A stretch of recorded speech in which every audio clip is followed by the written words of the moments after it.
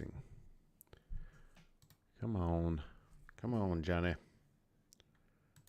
Let's get TikTok going here. Okay, thank you. Thank you very much.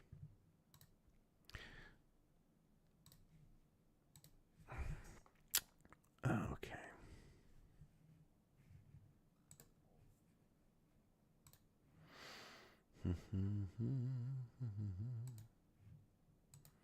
There we are. Look at that. Look how good this all works. I'm actually starting to get pretty decent about this. Pretty okay.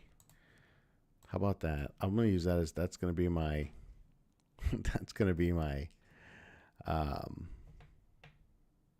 that's going to be the bit.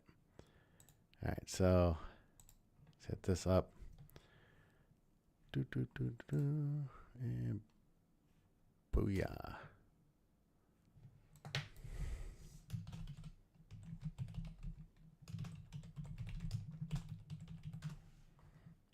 I'll just hit that. I gotta get this event stuff figured out, to be honest with you.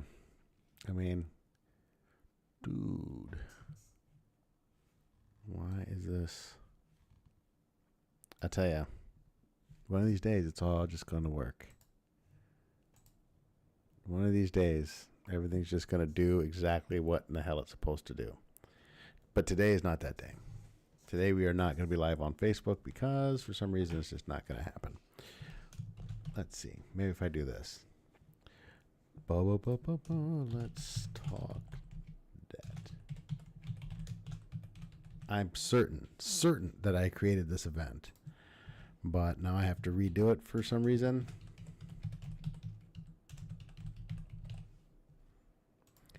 So sorry if you're jumping in here and I'm not quite ready to go as usual.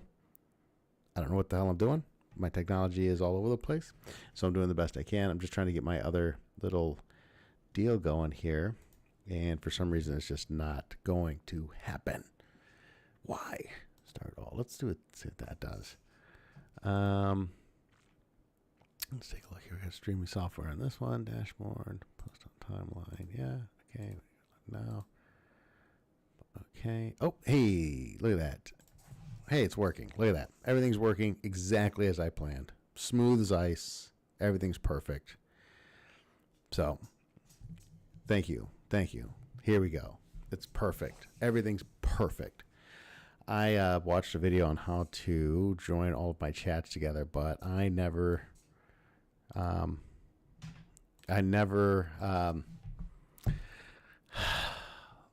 the actual work to make them all come together. So now, as usual, I'm going to have to watch chats in multiple places. I don't even have my YouTube studio open yet. Tonight, I want to talk about, well, this is Brian for Liberty. This is the, I don't know, fourth or fifth one of these things I've done, launching the podcast. I haven't even uploaded these onto the podcast platforms. I'm still working out bugs. I spend half the time working on my stupid technology, but I am here. I am doing the thing. And so, you know, something's got to be said for that, right? Can't get into this one. What the hell? It does say I'm live, so there's that. There we go. So I can't see my YouTube comment section because it's not letting me open Studio the way it's supposed to. Let's just go here. Nope, not doing the thing. Okay, that's just fine. Let's see what we got. The watch is telling me the walk from the living room. I did so much exercise today. The walk from the living room to my office actually closed my last ring. So good for me. I did a lot of work today. Hey guys, this is Brian for Liberty. Let's see if we can't get this thing functioning so I can actually see the comment section across the board here. Not that anybody's watching, which is always great. Debt, taxes, and the upcoming election. And it just never ceases to amaze me that we're just going to keep going, man. We're just going to keep running it back, doing the same thing, and then wondering why nothing ever changes. I put the numbers up in the cover. Federal spending. I put the numbers up in the cover, but I'm going to pull this up here in the Y charts. I think this is where, to me, this is where the rubber kind of meets the road. on spending, on government debt, on what's going on in the world, on what the insane.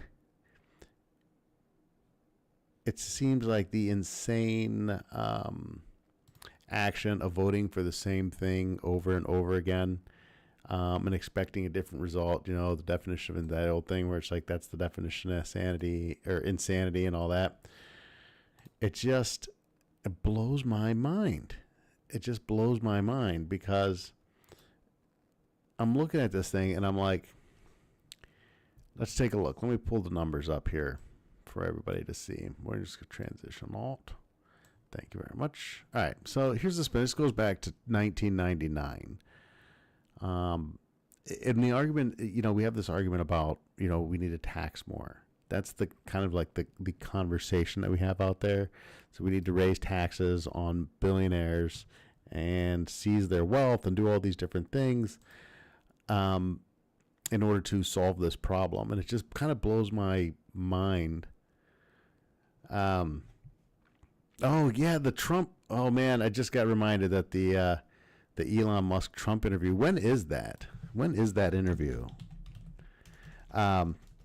I'm just looking at the spending here. You got December 31st, 1991. So last day of the year. Well, this goes all the way back to 1974, actually. So in 1974, we spent $269.36 billion. I just want everybody to kind of just wrap your heads around that number. $269.36 billion. That is what the federal government spent in 1974. In December 31st of 2023, the federal government spent $6.135 trillion. For those of you who aren't paying attention at home, $6.135 trillion is $6,135 billion. We've been spending over $6 billion per year since 2020, and that was the Trump CARES Act. Let's blow this thing up. I did a YouTube video on this when it happened. I did a video on Trump when this happened, and I said, I can't understand why we're going to spend $2.2 trillion to stimulate an economy that's in lockdown. It made zero sense to me. I was like, the only thing that we could possibly, are we making an actual genuine effort to destroy the dollar? Is that, I'm looking for the interview. If it's on right now, I'll bring it up and we'll stream it. Oh, plagued by glitches. Let's see. Oh, they must have Vice President Kamala Harris, 4% Donald Trump painting much different pictures. Anyway, I'll get into that. I'm going to get into this story in a little bit. We'll read through it and we'll look into some of this stuff. No way, is this going on live right now? Hold on, let me see if I can get this. If I get this. We'll pursue a smaller number of live listeners and post the conversation later. Okay, well, I'll pull that video up and what I'll do is I'll do a live tomorrow night where I go through that video, and I'll talk about that then. So we'll bring that up tomorrow. I'll watch that interview once they get the conversation posted, and then that'll be great. I'll go through that interview and we'll discuss it tomorrow. That'll be good. I think that'll be fun. But let's get back to the money. Just for this is what there's like for me. I'm always like there's what 4 things, right, that matter. What are the 4 things that matter? I think it's housing, healthcare, education, and the debt.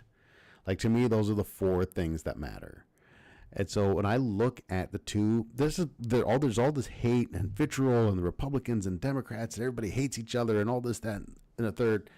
And I just look at the two parties and I'm like, they have so much of the big ticket items. These big things that we care about are in common, right? There's a commonality between these two political parties, and that is,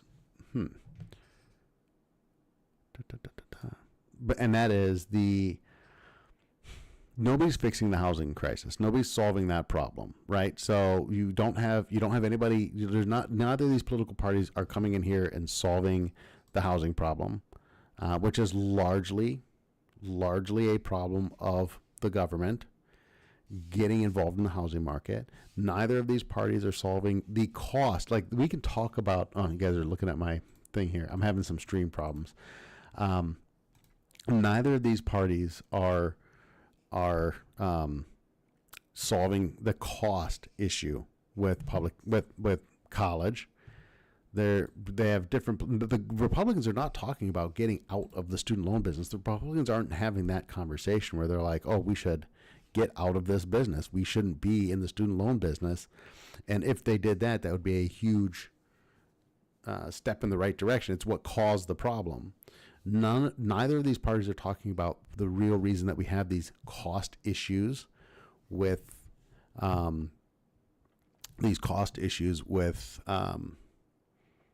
healthcare. They're looking at kind of stupid solutions. Oh, we'll let people put more money in their HSAs, or we'll do this, or we'll do that.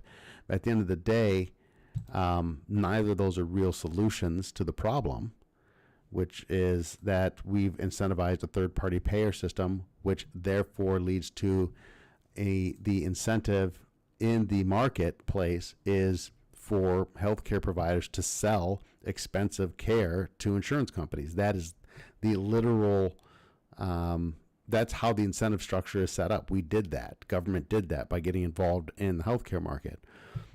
So we look at all these arguments about we have to tax this group or we have to tax that group. And I pound on this, and I pound on this, and I pound on this. There isn't a tax proposal from the Democrats that's going to come close to actually solving the actual problem. That's going to cover the expenditures. It's going to cover the new spending. This is the thing. It's not like they're going to do this and that'll solve the problem that will be done. That's not the issue here. They're not proposing to raise, let's say, an additional $400 billion in annual revenue and then not spend any more money. If you look at the spending from this year, we've already spent like $200 billion more this year than we did last year. So if we raise $400 billion in new taxes, that's already eaten up. Half that's already gone in new spending, in additional spending this year. So the idea that we're going to tax, this is what kind of pisses me off about the Democrats is like, and I know I beat up on them probably more than I do the Republicans. I do come from to libertarianism from the right. So I beat up on the Democrats a lot. Not that I'm a supporter of what the Republicans are up to. And I blame Trump for the massive deficits we're running right now, specifically by signing the CARES Act. He elevated our annual spending by $2 trillion, and we've held there. So that was a horrible thing that he did. But he also, presided over these lockdowns and all this other stuff. So, Trump sucks. But the Democrats are selling this idea that if we just tax this little group of people, these people who have this money, if we just tax them more, then it'll solve all these problems that we have. All these monetary issues that we have in the country will be solved if we can just tax this like 1% of the population more. And it's a political strategy that's built on nothing but like jealousy and anger, and it feeds into that. It's not doing anything else, and it's not going to solve the problem. The best case scenarios of like wealth taxes and these insane new taxes the Democrats talk about passing that they're never going to get done, first of all. But the most optimistic revenue reviews on these things from the Congressional Budget Office and places like that is that it increased at about $400 billion in revenue per year. $400 billion. And I know that sounds like a ton of money, but it's not. It's not a ton of money in regards to the scope of spending that we're experiencing right now. That's the freaking problem.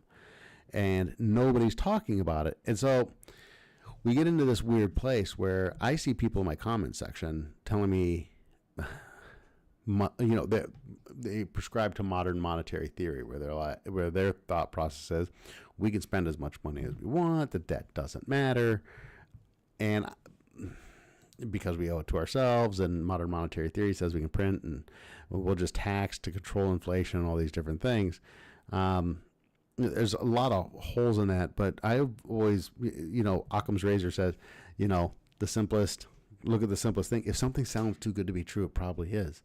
We can't just print as much money. You can't just create a massive amount of revenue or a massive amount of currency chasing the same goods and services, the same amount of goods and services, and then expect the government. So here's the thing about relying on the taxes: is you're going to print all this money. My mic's overgained. Huh? Let me take that down a little bit. Tell me if that sounds better, Adam Day 915. Thank you for the feedback. So anyway, you take a look at. Sorry, I'm responding to comments. I got things going on, so I'm trying to work out my technology here. I appreciate the help. I'm definitely going for Chase Oliver, by the way, answering to some. Are you going for Chase Oliver? I probably am. Comment. Yeah, probably. I'm actually the state coordinator in my state for his campaign, so it would probably look pretty bad if I wasn't going to vote for him. I'm in a deep red state. I'm down here in South Carolina. We're going for Trump. So if anybody wants to jump here and tell me how it's a wasted vote or whatever, it's whatever. Anyway, God, I completely lost my train of thought. See, this is why you shouldn't respond to comments while you are doing a live. Anyway, so the Democrats they proposed these new taxes, 400, and the best revenue projections, the most optimistic revenue projections from their proposals is that it's going to raise somewhere in the vicinity of $400 billion, and that's not going to solve the problem. It wouldn't solve the problem if we were going to keep spending the same amount of money. It wouldn't solve the problem. It wouldn't even come close to solving the problem of running over $1 trillion in annual deficits. So that's the first part of it. But the other part is whenever Democrats talk about these new taxes, they immediately also start talking about all the different things they're going to be able to do with all this new revenue. So they're spending the money. The new revenue is going to get spent on things that are going to cost way more than they're going to be able to raise through taxes. And all of that assumes that there's not any kind of an economic impact or any kind of economic fallout from creating $400 billion worth of new taxes. So the whole thing is a house of cards. And what makes me angry, there's two things here. First is it's intentionally disingenuous to say that we can tax our way out of this fiscal problem. That's intentionally disingenuous. We cannot tax our way out of this. It's not going to happen. You can't, first of all, you can't tax, let's say we were going to tax our way to $300 billion worth of budget deficit. Let's say $300 billion deficit every year for an economy our size is a very reasonable deficit. So that's a reasonable amount of borrowing based on the size of our economy. Well, you're still talking about over $1 trillion a year in new taxes. That would have a devastating effect on our economy. You can't raise that much in new tax revenue. So even if, and like I said, even the most optimistic reviews of Democrat tax plans put the new revenue somewhere around $400 billion. So it's not feasible. What they're saying is not feasible. And they know it's not feasible. And it's intentionally disingenuous. And what makes me angry about it is that the Democrats, the left in this country has gotten really good at accusing the right of being hateful. The Republicans are the hateful ones and all this, that, and the other. And what gets me is the Democrats' entire platform is based on these people are those people with all that money. They're causing your problems. They're the reason that you're having these problems, which is patently false, first of all. But that's hateful, right? And so and I think the reason that I probably far more critical of the Democrats than I am of the Republicans is because, yes, unless you're living under a rock, the media is by and large on their side. I mean, I just watched a video breakdown. I love when they take these montages of things that Democrats said and things that Trump said or whatever, and they have these different reactions to the same thing being said. And so now Donald Trump talked a while ago about eliminating tips or eliminating taxes on tips. And then there's this montage of news anchors and newscasters talk about it's a terrible idea, you're never going to be able to do it. Just nothing really but criticism of this policy proposal. And then Kamala Harris comes out and does it, and you get the opposite montage of everybody's like, hey, this is a great idea. She's really trying to reach into the heart of the middle class, so on and so forth. And it's so patently obvious that the media is in the bag for the left, by and large, even Fox News to some extent, but not as much. Fox obviously leans to the right, but and that's a whole nother ball of wax. Fox is terrible, but this whole, so there's so much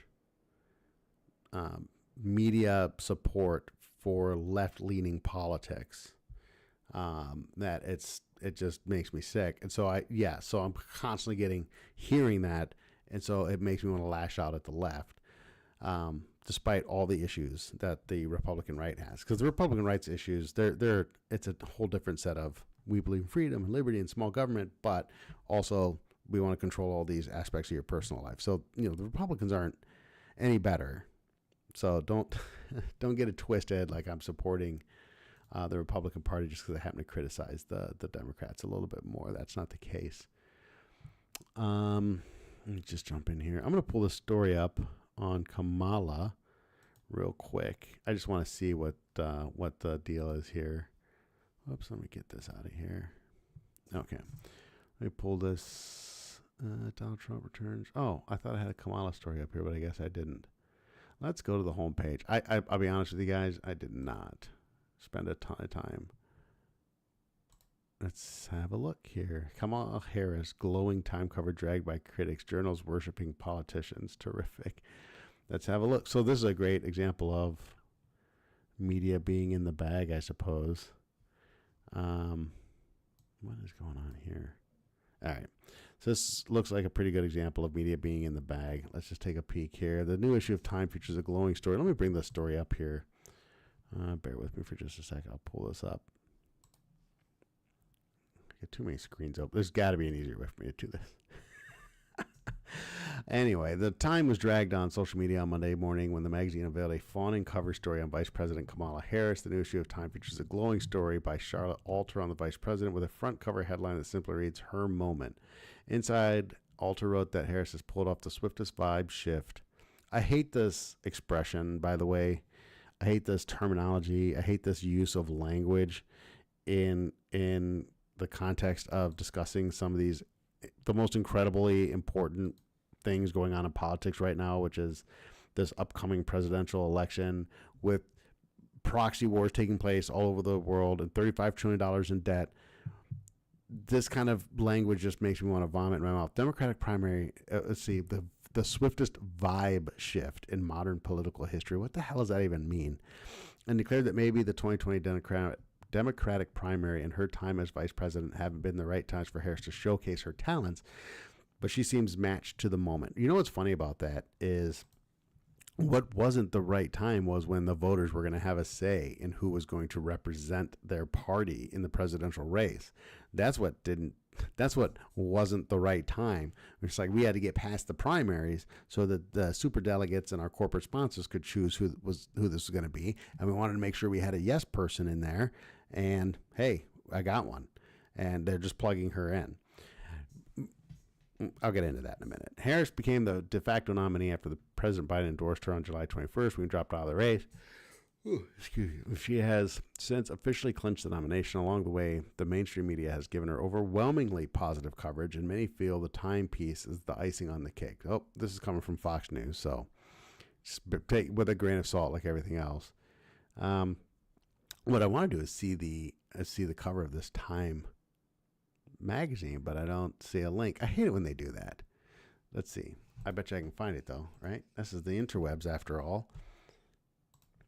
Let's see if I can find I want to see it now. I got to see the cover. Kamala Time cover. What do you think? Kamala Time cover. Let's see if we can't find this picture that is so offensive to.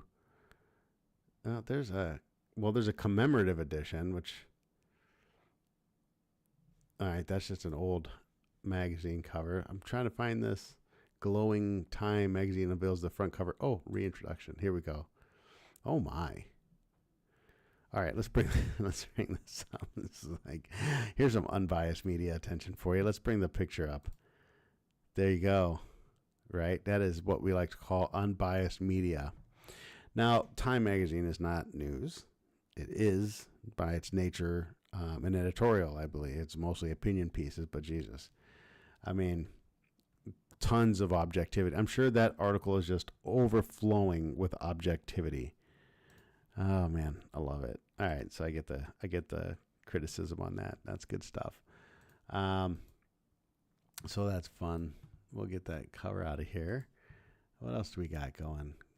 Kamala Harris's time. I'll be honest with you, I'm still not buying it. I'm still not buying that people like Kamala Harris. I personally do not believe the polling data at all. I think it's actively being manipulated. Personally, I'm getting a little fact check down here. Learn more about the U.S. elections. I think it's actively being manipulated. There's just no way. I just remember Joe Biden got more votes than any president in the history. They were just touting how popular he was. He was tanking in the polls. There is no significant position or policy changes between him and Kamala Harris. There's no new hate for Donald Trump. In fact, since the assassination attempt, you would have to say that Trump's at least somewhat viewed more positively since the assassination attempt. So there's no real reason to believe that suddenly there's all this new hate for Donald Trump. His position, the hatred for him, whatever you want to call it, hasn't really changed. So I'm not really sure how we can believe that all of a sudden, because Kamala is running, the polls have completely flipped. It just doesn't, I just don't understand it. I don't get it. I don't see how that's possible. I guess you know what they do. They say anything's possible, so you never know. But I just am not buying it. Not at all. Let's see what else we got here. So the whole point of this thing was to talk about the debt. So I'm going to bring this back up here. So this is where so you got 2020. We went from $269 billion in 1974, 1.7 trillion back in 99. And then it just made this slow creep. You know, you see this 100 to 150 billion dollars a year. And then you have, look, say what you want about Obama, but that was a massive jump, right, during his presidency. But when the Republicans take power back, it doesn't flip back. It doesn't matter who's in the White House. It doesn't matter who's controlling Congress. It doesn't matter who you vote for. If you're voting along the Democrat or Republican party line, if you're voting for one of those candidates, you are going to see this ever creeping, ever increasing thing. Now, the year prior to COVID, we spent $4.4 trillion. So here's the Trump presidency, right? 3.8, 3.9, 4.1, 4.4. You had the CARES Act in 2020, $6.5 trillion. That's a $2.1 trillion jump in what we spent. That's insane. That is insane. That's an insane amount of new spending year over year. I don't care what is going on. And then you had a $300 billion jump, and we've pulled back a little bit, but we broke that $6 trillion. It's like we broke that $6 trillion ceiling. We blew through it. We didn't even see 5. We blew through that to the tune of $1.9 trillion increase, and we have not come down below $6 trillion since. And I just don't see how it's sustainable. I just don't understand how it's sustainable. And like I said, the idea that we're going to be able to tax our way out of something like this is ridiculous. People tell me that I'm wasted. This is where I get angry at the whole wasted vote argument. Oh, if you vote third party, you're wasting your vote. No, I'm not. You're wasting your vote. You've been voting for the same people. We've been voting for the same people in this country for 170 years. I think it's 1850, something like that was the last time someone outside the Republican or Democrat Party held public office, held the White House. So, and what have we gotten for it? So don't tell me I'm wasting my vote. You're wasting your vote. You keep voting for the same crap. You keep falling into the same stupid trap. And you're telling me that I'm throwing my vote away by voting third party? golly. Just say you want to win. Just say you don't care about policy. You just want to vote. You just want to be able to claim victory. That's far more likely than you're voting on anything relating to actual principle or actual policy, because there's not really, it's just not there. What in the...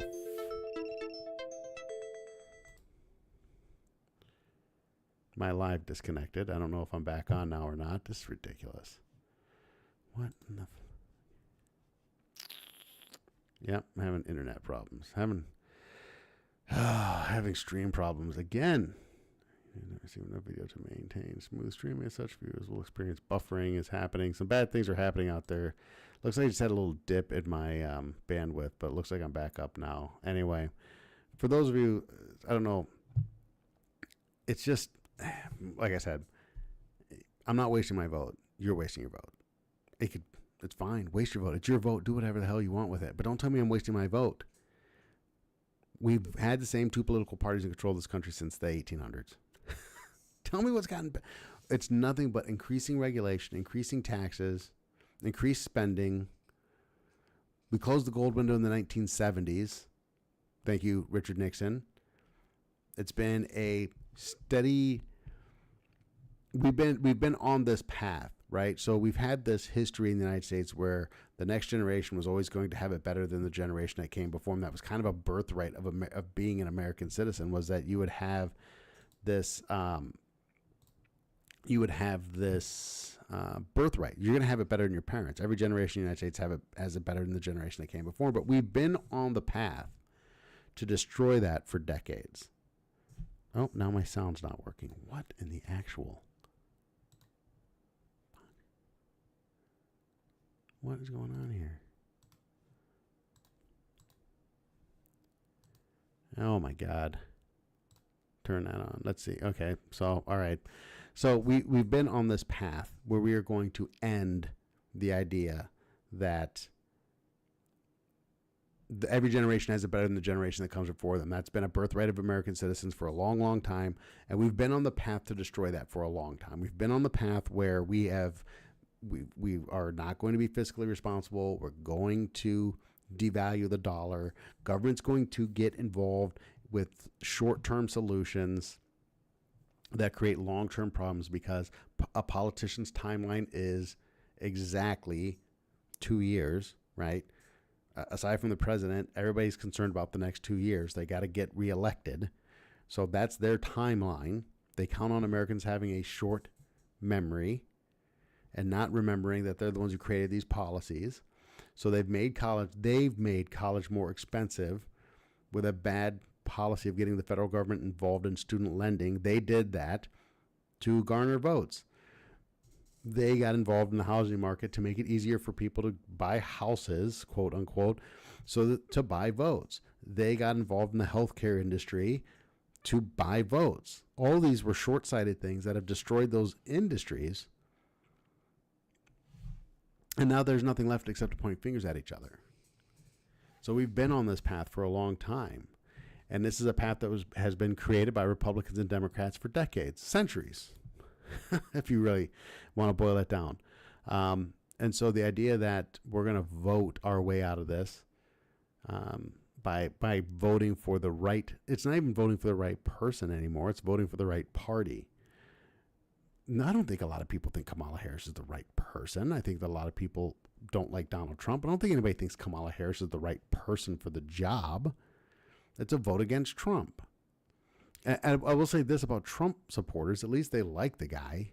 They might be wrong. He might not be good for the country, but at least they generally like him. They believe in the person they're voting for. I think Democrat votes are predominantly votes against him. That's why the media spends so much time convincing you that he's the boogeyman sleeping under your bed. Because if he's not evil incarnate, there's no reason to go out and vote for the Democrat running, unless Trump is so evil that you got to do it to save the future of the country. So that's where I'm at on this thing. You look at the numbers, you look at the debt, you look at the proposals from the Democrats. Somebody tell me I'm wrong. Somebody tell me where I'm misguided in my belief in regards to the two political parties. And you tell me how one, look, I understand a woman's right to choose. I understand. That's it. There's nothing else. I'm sorry. I don't have anything else. I don't have anything else I can hang my hat on than the Democrats being for it and the Republicans being against. I don't have anything else between the two parties over the way that they govern for decades that makes me go, yeah, this is why I have to vote for these guys. Forget what the media is telling you. Forget what the ads say. Forget all that stuff and tell me how they've actually governed over the last 50 years. And tell me what's the major policy difference between these two political parties. You could talk about the border. I know Republicans like to talk about the border, but let me ask you this. Have the Republicans done anything to fix the immigration process? Nope.